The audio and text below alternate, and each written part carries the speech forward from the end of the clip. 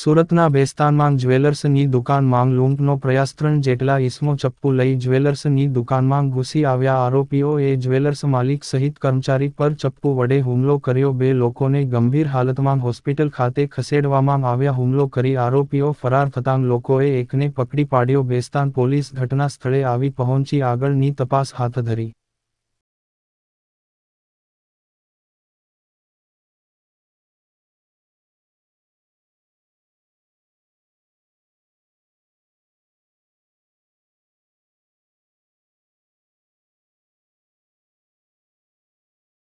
जी sir जी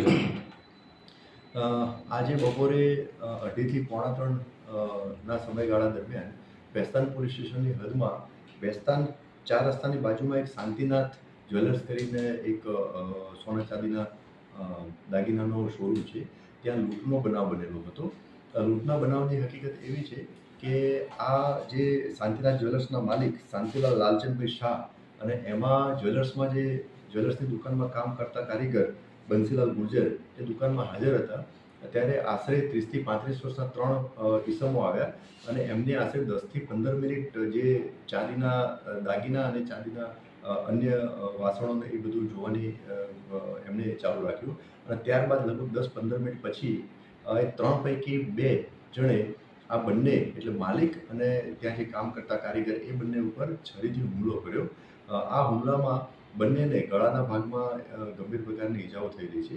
એટલે આ બંને જે ભોગ બનનાર જે છે માલિક અને કારીગર એ બંનેને તાત્કાલિક એપોલો હોસ્પિટલમાં સારવાર અર્થે શિફ્ટ કરેલા છે. ત્યાં બંનેની સારવાર ચાલુ છે.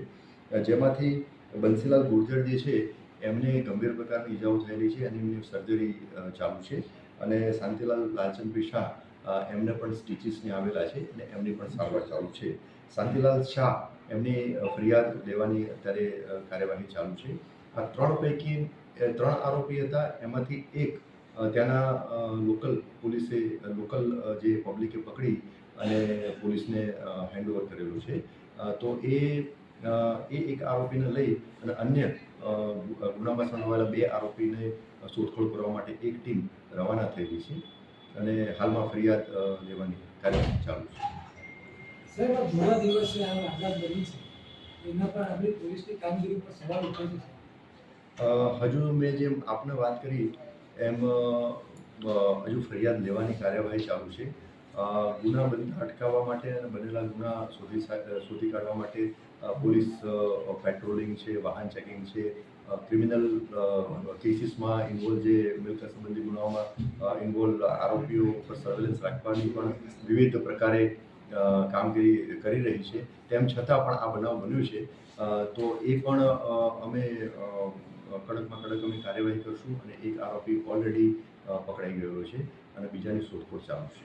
આ આરોપીને પકડવામાં સાહેબ વિરોધ ચર્ચા પ્રમાણે સ્થાનિક પત્રકારનું પણ ઉઠાવવામાં એ હજુ મેં જે આપને વાત કરી કે હજુ ફરિયાદ લેવાની જ હજુ કાર્યવાહી ચાલુ છે. એટલે ફરિયાદ દાખલ થયા પછી તપાસમાં જે કંઈ નીકળશે એ બધું અમે ઓન પેપર લઈશું. બેસ્તાન પોલીસ સ્ટેશનમાં બેસ્તાન 4 રસ્તા હતા બપોરના 2:30 થી 3ની વચ્ચેનો એક લૂંટના બનાવની કોશિશનો બનાવ બન્યો છે. જેમાં ફરિયાદી જે બનનાર છે શાંતિલાલ શાહ 65 વર્ષના જ્વેલર્સની દુકાન હતી.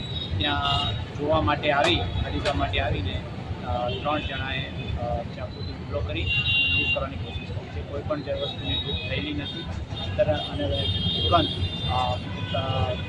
નાગરિક અને પત્રકાર રહેવાની સતર્કતાથી એક આરોપીને ધીરે પકડી લેવામાં બીજો આરોપી પણ ક્રાઇમ બ્રાન્ચ દ્વારા પકડી લેવામાં આવે છે. બીજાની શોધખોળ ચાલુ.